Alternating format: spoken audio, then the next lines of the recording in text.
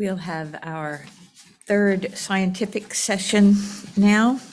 This one will focus on pathways to global health, a topic that is, as one of our panelists says, everywhere and nowhere at IIASA. And so we'll hear something about IIASA's work there and some of the problems that we might face. We'll start with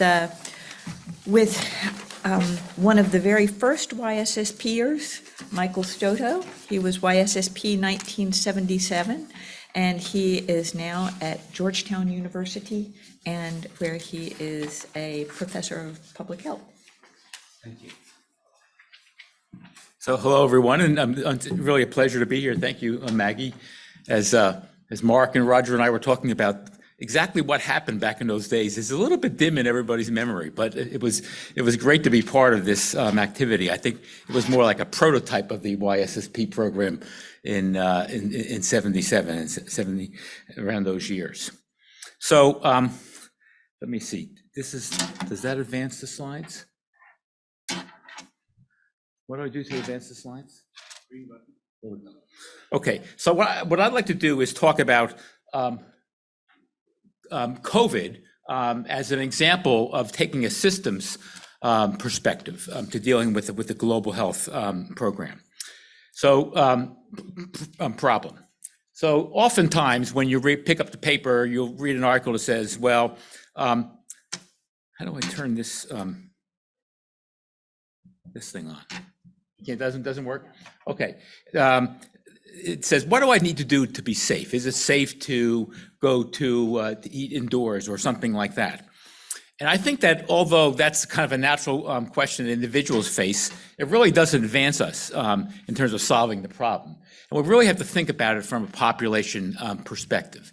And that begins with a very simple model. You can think about how this can be expanded with feedback loops and heterogeneity and so on, about how pandemics evolve. You really have to think about the number of cases at a particular time, and that depends on the number of people who are have the number of interactions that people have over at a particular time, and the risk of transmission in each of those interactions, plus a sense of how many people are susceptible.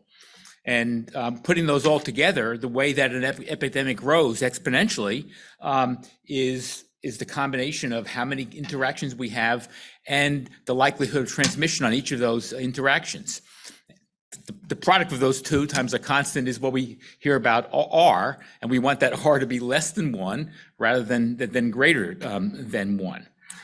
And you can do things to reduce the growth of a pandemic through collective action. So you can reduce the number of interactions by isolation and quarantine and travel restrictions and closing businesses and stay-at-home orders.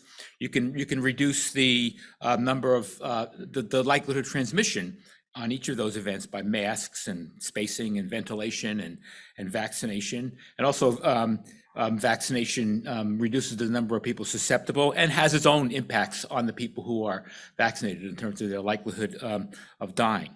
The key thing is it takes people working together for this to work.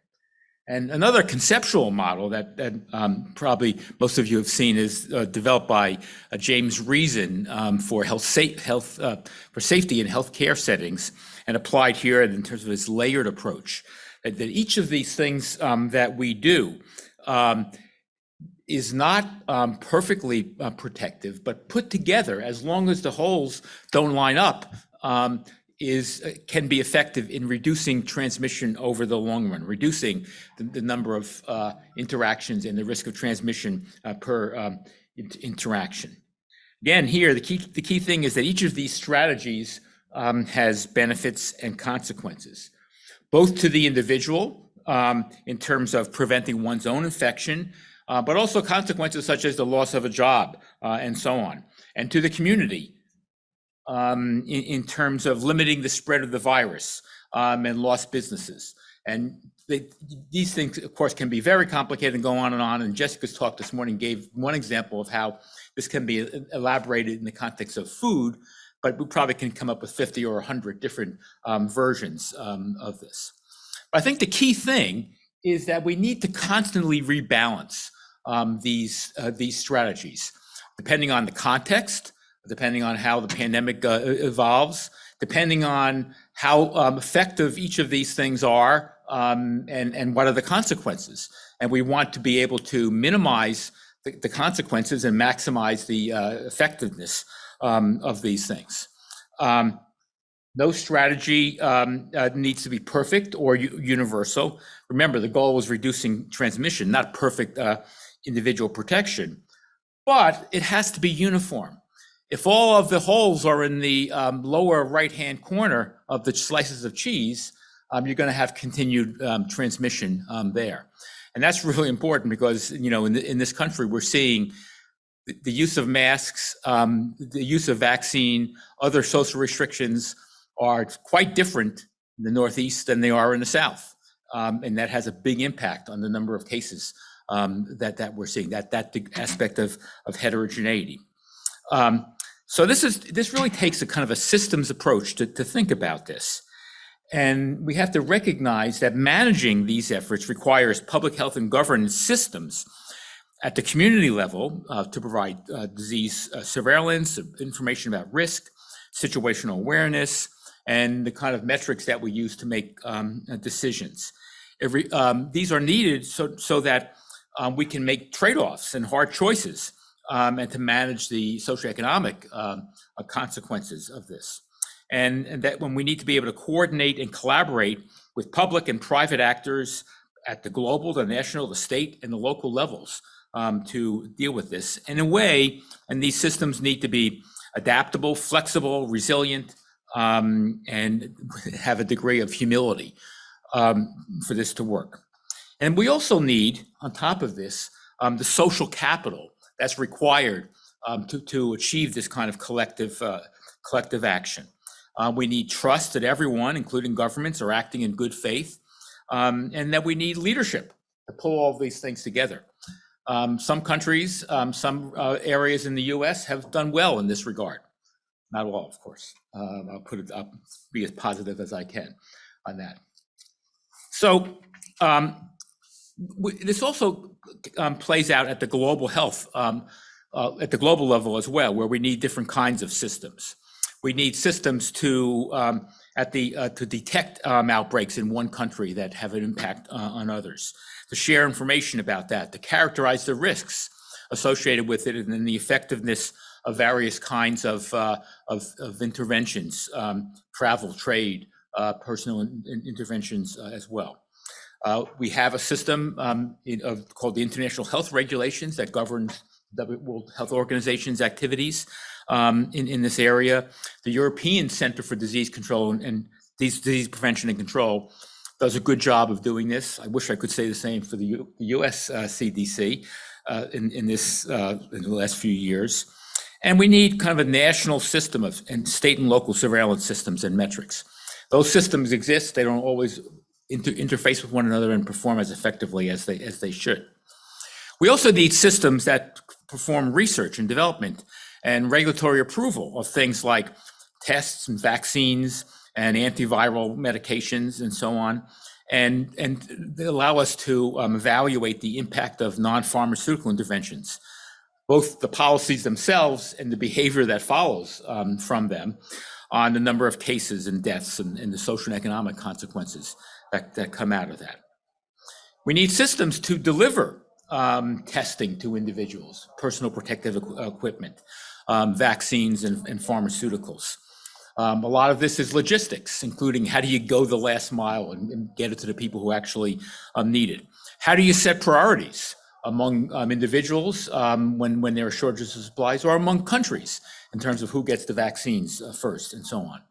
And we need systems of communication during emergencies to manage infodemics and other terms like that. So when you think about dealing with a pandemic, the bottom line is that you need to think about that in a systems perspective, everywhere from the local all the way up to the global level. So what about the role of IIASA?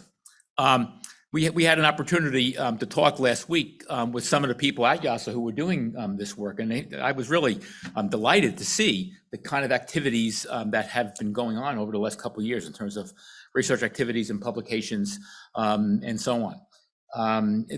People have been working on a COVID-19 tracker, cross-national comparisons of cases and interventions, looking at the demographic impact in terms of deaths and fertility, using a relatively new technique called excess mortality methods, looking at heterogeneity in the population and subnational differences, and so on. A lot of work in intergenerational transfers and international remittances, looking at ways of evaluating different ways of locking down communities in terms of their timing and intensity. The magnitude and the combination of strategies, the kind of things I was talking about as well, different kinds of vaccine strategies. It's a nice paper looking historically at some of the macroeconomic impacts and policy responses for infectious diseases. And more than I can say just in a few moments here about the interactions between COVID in both directions, both how the health effects, how the pandemic affects all these other things along the lines that Jessica was talking about this morning, and how they affect the epidemic itself, and issues about social vulnerability and cohesion, sustainability, resilience, keeping in place those systems that we need to actually manage the pandemic going forward. Again, the remarkable thing is that there's been no program at IIASA, either in global health or specifically in COVID. But I think that, to me, what seems to be the case is that people knew that this was an important problem, that they had some skills could be brought to bear to it, and they did it, in many cases with collaboration with others outside of IIASA. I think probably almost every case, I think, that's true. So how does that fit into the research plan? I just have two more slides. I just want to say this is from the latest research plan, some of the objectives, the kind of the guiding principles, I guess I should say. And if you just look at those, you see that the kind of stuff I've just been talking about and the people at IIASA have been doing, I think is really fundamental there in general conceptual terms. Particularly partnering with research collaborations in member countries and so on, integrating research across IIASA by looking at these different programs, becoming more agile and so on. But I'll just end with a couple things, a couple of the specific things in the research program that I think are really right on target and something that we really need to encourage. In the economics frontier program, they talk about shifting to sustainable, resilient, and fair production and consumption patterns. And the economics of disruptive changes, the group that actually has done some of the work I just mentioned, is looking at examining the impacts of disruptive shocks, including environmental tipping points and pandemics. And as we've seen and talked about this morning, quite a lot needs to be done and can be learned in this area here. And in the Population and Just Societies program, which did most of the other things I mentioned, they're talking about connecting systems analysis to equity and justice dimensions. We can't really think about those trade-offs between the cost and the benefits of those interventions without really thinking about that in an equity and justice point of view.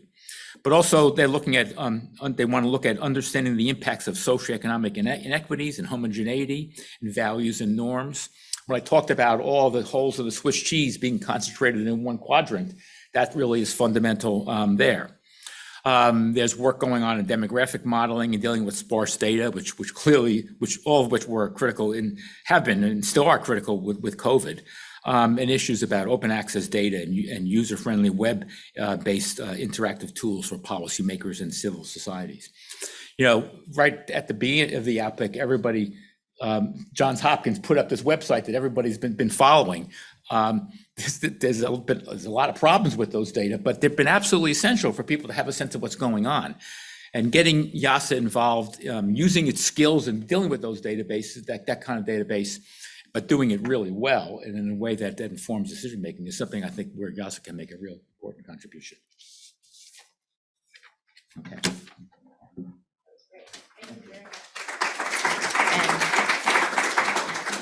Now, José Siri will give a talk on the role of systems thinking in expanding conceptions of health. José was a postdoc with the Health and Global Change Program at IIASA from 2009 to 2011, I think. And he has been working on urban health in a variety of settings since then. José. Thanks, Maggie. And hi, everyone. It's such a pleasure to be part of this celebration of IIASA's 50th anniversary. I can honestly say that IIASA changed my life. I came to Luxembourg in 2009 as a postdoc in what was then the Health and Global Change Project, with a more or less traditional background in epidemiology. I left with a much deeper appreciation of the role of complexity in health outcomes and the availability of tools to understand and address complex challenges. And this perspective has guided my career ever since. Mike just gave a great perspective on a very specific health issue, COVID and health systems. I'm going to take a much more bird's eye view on how changing understanding of the roots of health has opened the door to broader application of systems thinking. So health paradigms obviously have evolved dramatically over the last century and a half.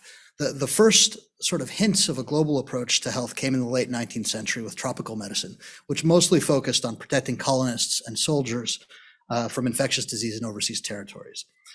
In the mid-20th century, 1940s or so, international health began to focus on residents of poor countries and their health challenges.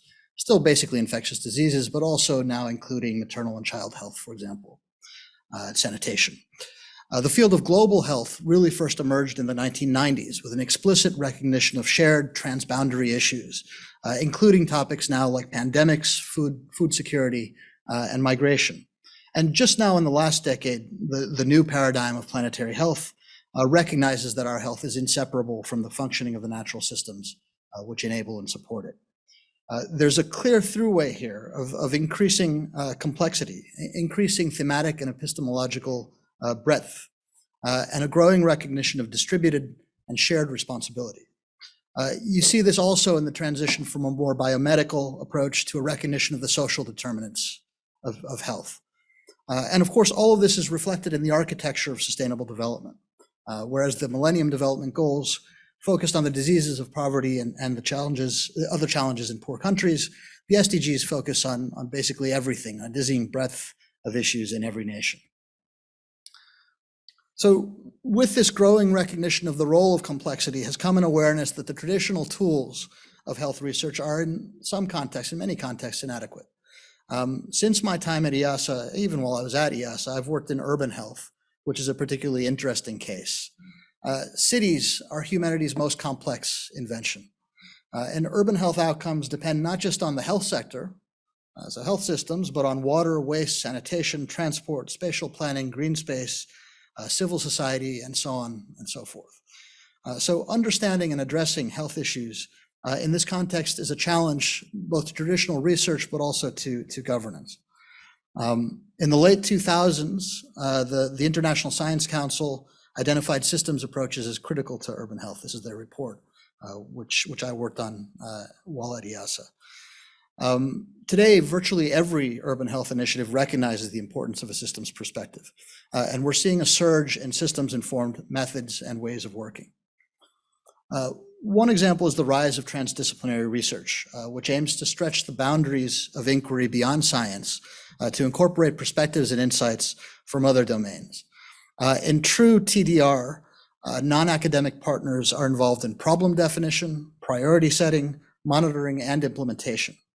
TDR offers real opportunities to untangle urban health issues and a wide range of other issues. It helps us identify feasible, broadly acceptable solutions.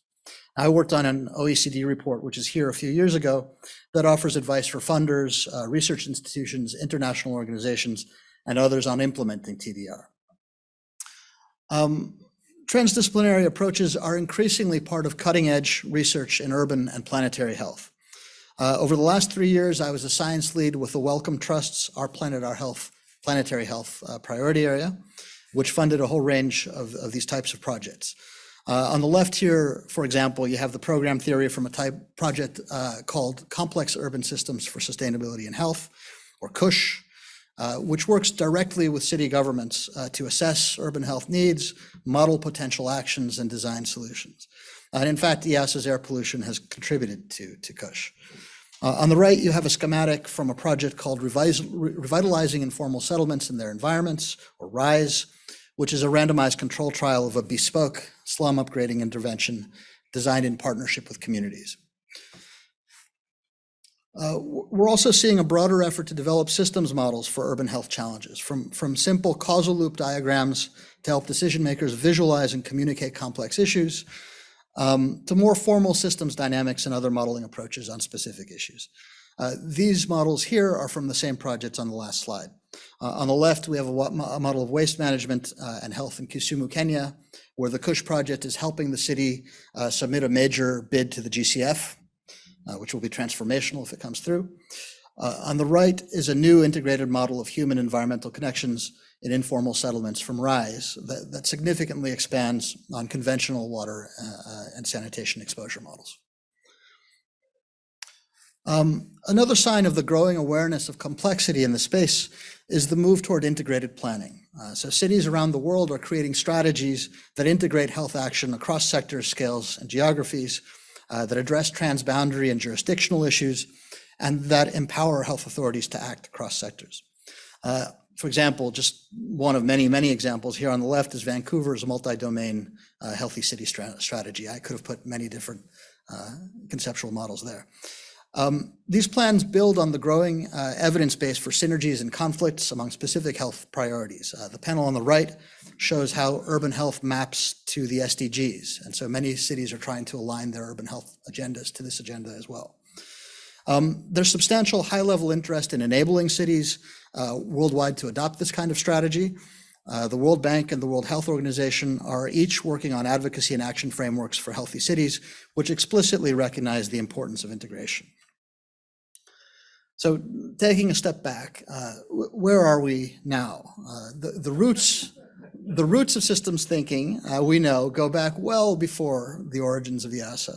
And in fact, we're coming up on a century of systems thought, as this remarkable figure illustrates. I take no credit for this. I think that if you look at it long enough, you may very well find your favorite systems thinker up there. Certainly interesting. But for all of its successes, and many of them were at IIASA, I believe that systems thinking is just coming into its own. And the golden age for systems thinking will be in the decades to come. I know I'm echoing Jeff Sachs here, but that's what you get for speaking late in the day. The golden age is coming, and it has to. We're facing a world of growing complexity, vastly increased information flows, and environmental challenges at unprecedented scale. We need systems approaches to navigate these waters, and I think IIASA has a really important role to play. So there's a few specific opportunities I'd just like to mention. One, I think that we need to think about how to make systems thinking more accessible to decision makers at subnational scales. This is my bias here, but the same sorts of problems happen in cities as they do in other places. So cities are where the rubber hits the road for health and many, if not most, other human needs. And we have useful examples at city scale, but not much standard guidance on how, when, or where to apply systems thinking. In these contexts, these approaches are actually often seen as esoteric or disconnected from reality. So we really need to find ways to downscale in this sense and standardize and to communicate more clearly and effectively the value of systems approaches. Second, we need to move beyond what are really the more straightforward tasks of producing evidence and deciding on the best course of action to think about the architecture of decision-making. How do we restructure decision-making itself so that the decisions we need to make become not only more feasible, but more probable? And this to me really resonates with the discussion that we just had about the RAFA Center and negotiations, but in the broader context of decision-making. IIASA has plenty to contribute to discussions around the structure of decision-making, around anticipatory governance, adaptive policy, and other institutional arrangements that foster self-organization and self-correction in the face of evolving challenges. And the last opportunity is just a thematic plea. The situation with health at IIASA actually reminds me of a microcosm of urban health itself. Virtually every program at IIASA is doing exciting health relevant research, and Mike pointed out a lot of these things. There's even more. But I think that there's potential for more synergies and new insights from a more joined up approach with a central health focus. And lastly, cities. Cities are the source and the nexus of much of the world's complexity and most innovation. They're the key to climate change, they're the key to sustainable development and health. They should be IIASA's playground. So I'd love to see a more definite focus on cities. And let me just close. I think that you can't speak about health in this era without mentioning COVID, rightly. But I just want to close by emphasizing that this remarkable crisis that we've all been living through for the last 2 years wasn't unpredictable. In fact, it was actually predicted. It's just what we expect as global environmental, social, and technological change accelerate. And not just the specific elements like pandemics, which are likely to result from climate change and expanding urbanization, but the superposition and amplification of multiple simultaneous challenges: geopolitical crises, food crises, economic crises, and others. The hallmark of all of these challenges is complexity, and so IIASA can play a unique role in helping the world manage them and secure sustainable well-being. And I really look forward to seeing it do so over the next 50 years. And because this is a celebration of IIASA, I just thought I'd end with a few images of IIASA celebrations from my era. So thanks very much.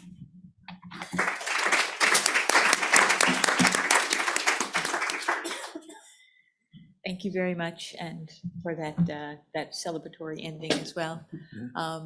I don't actually have how close are we to the next session, to 2:30? 10 or 15 minutes, yeah. Okay, so we have time for questions.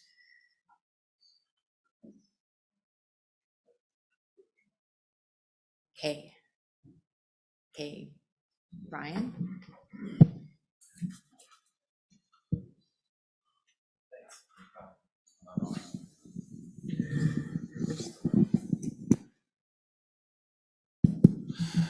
Hello, yes. Thanks both of you for the talks. Let me just return to one point that Michael, you said at the beginning about the importance of social capital and trust as making sure the Swiss cheese aligns or not aligns, right? So how do you deal with the fact there's the asymmetry of when one side trying to tear down trust and the other side trying to build up trust? Isn't the tear down always going to win? Well, no. I mean, it's not easy. I think that's really a fundamental question. I guess I would regard trust as a really an essential element, but you have to come into it come into the pandemic with that having been built, with the social capital already being there.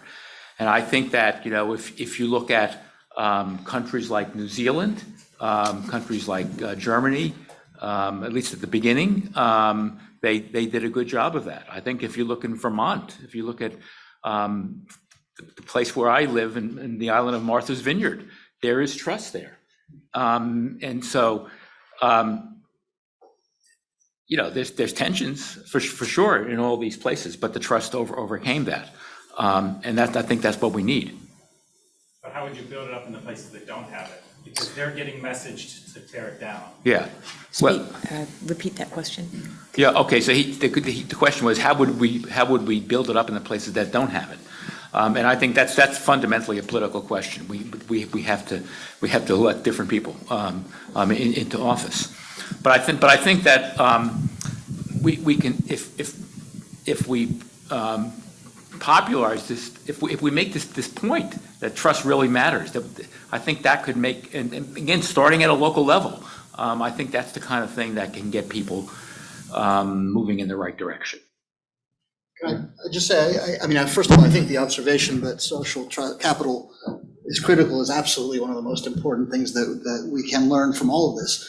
I do think there are places in the world that have dealt with trust situations before, purposively and systematically, post-war sorts of situations, Rwanda, some of the Central American countries. There's lots of places where this has been done. So it's not a unique situation. The problem is it takes time. I think you have to understand the incentive structures for the people who are tearing down trust remove those incentives in some way. But that's also a ripe territory for systems analysis. So. I'll add one more thing. There's a group at the World Health Organization that focuses on after-action reviews and interaction reviews, and they have recently put out a report, or maybe about to put out a report, about 120 of these reviews that have been done in countries around the world, not one in the United States, unfortunately, where people have come together to look at these issues in a trusting way, I think, and they've found some interesting lessons. And I think that, but they also found that it's possible to do this kind of thing.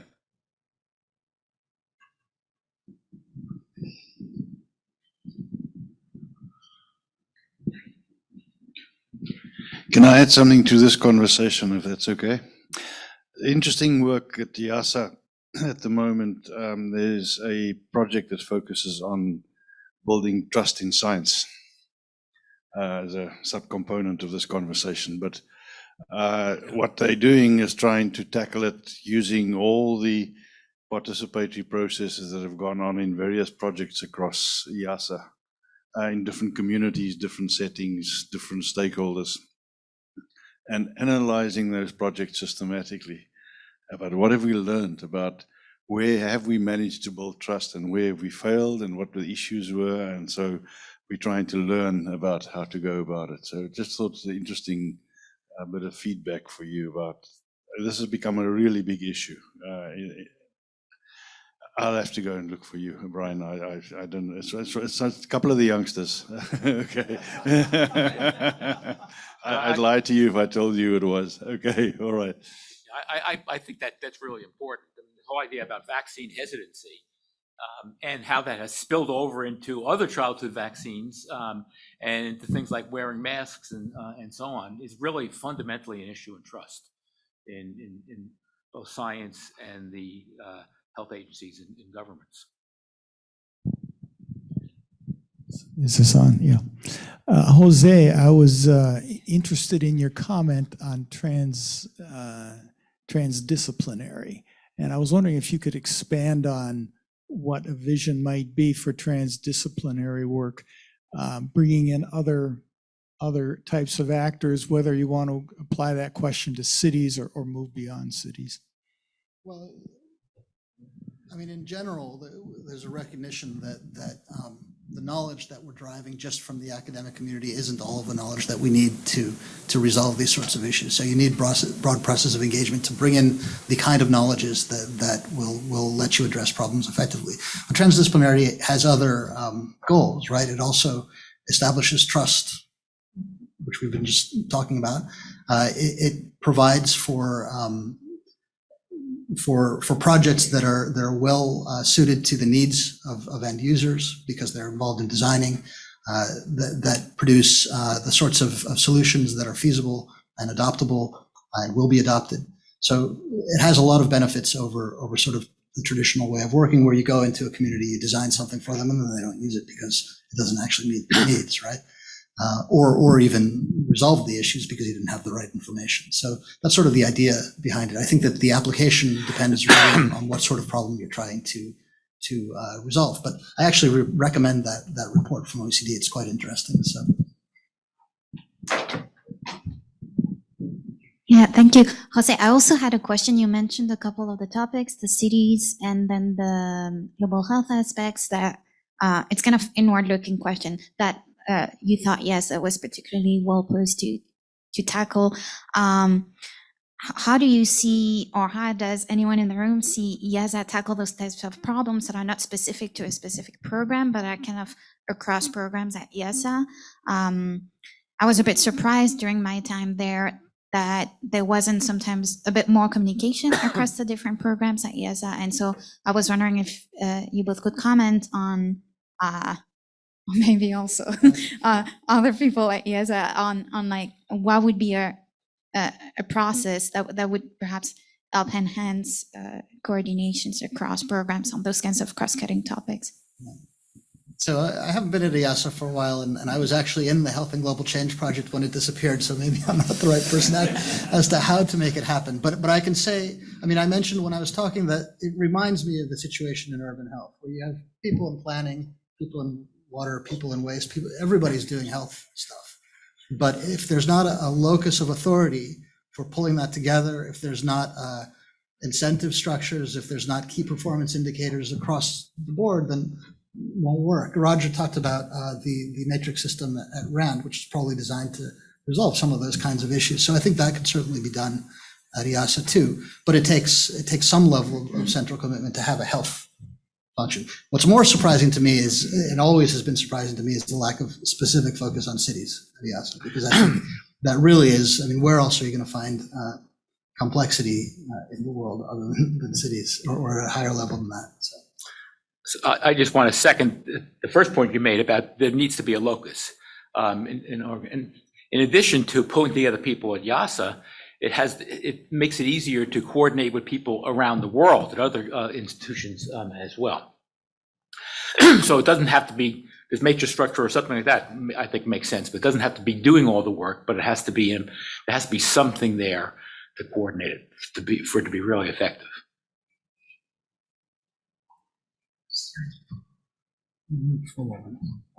We've got 4 more minutes. Any other questions? Well, I'll ask one of those questions that I always come back to, which is related to opportunities for collaboration between people at IIASA and people in institutions in the United States in particular, and in other countries as well. But this is, we're in the United States now, and the EU funding system, it creates strong incentives to collaborate with other organizations and people in other EU countries. And the funding system in the United States perhaps doesn't. So how could Friends of the IIASA and the US community promote more collaboration between the people working on these kinds of questions and IIASA? Well, I'll say a couple of things. I mean, I think there's a lot of opportunity to collaborate internationally on some of these modeling activities, both the modeling of the pandemic, the epidemic itself, and its consequences and determinants, and so on. One important development at the CDC is that Mark Lipsitch from Harvard Chan School of Public Health and a group of his colleagues are now working there in a group. They call it forecasting, but I really do think it's modeling is what they're going to do. CDC doesn't really have the funding program, but there may be an opportunity to collaborate there. You know, a lot of the other modeling stuff is funded by NIH and NSF, and in many cases they do explicitly allow non-US entities to get that kind of funding in some kind of collaboration and I think that would be another way to do it. There's a lot of work going on in that area as well, in epidemic modeling. Yeah, I'm not sure I have much to add about the mechanics of the funding, but certainly all of these issues that we're talking about are interests in the US, and there are funders in the US looking at them. Bloomberg does work on healthy cities. Mm-hmm. USAID does a lot of work on this kind of stuff. So it's a question of making those links and then figuring out how it works. But I think there'd be tremendous interest from a lot of parts to collaborate with the IIASA on these issues. Just, Yeah, I think it was on. Yeah. okay, thank you. Just some quick comments about the issues of health focus. I think I should respond to that as well as the cities. This was a key conversation in the development of the strategic plan that was discussed and turned over many times. I think the consensus of opinion that emerged from those discussions was that it was difficult for IIASA to conceive a real strategic niche advantage in a broad, highly competitive space of health sciences that's funded so well at so many institutions, and are doing exceptional modeling work in that space as well, as to whether IIASA could really make an impact at this point in that space. So that was just the conversation. I just wanted to share that with people. The issue of cities was a little bit different.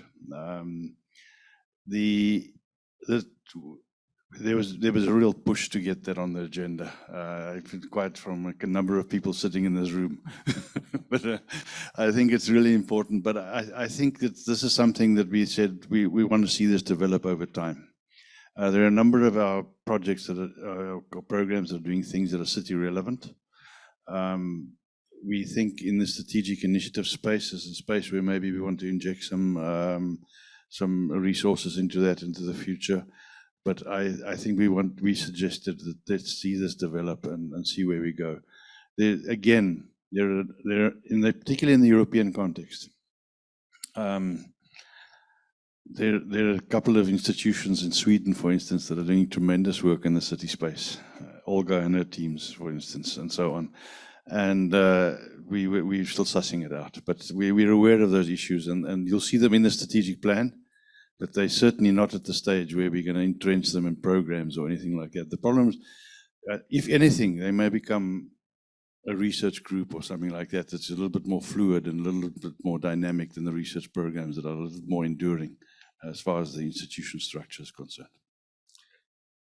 If I could just respond to the first point. I mean, I think that you're right, that there's so much going on, it would be hard for IIASA to start up a major activity of its own. But I do think, though, that there's an opportunity for more of a liaison kind of function, with more coordinating and so on. And I think that there would be, that some of these existing groups might see benefit in collaborating with the environmental groups and the climate groups and so on to make those bridges.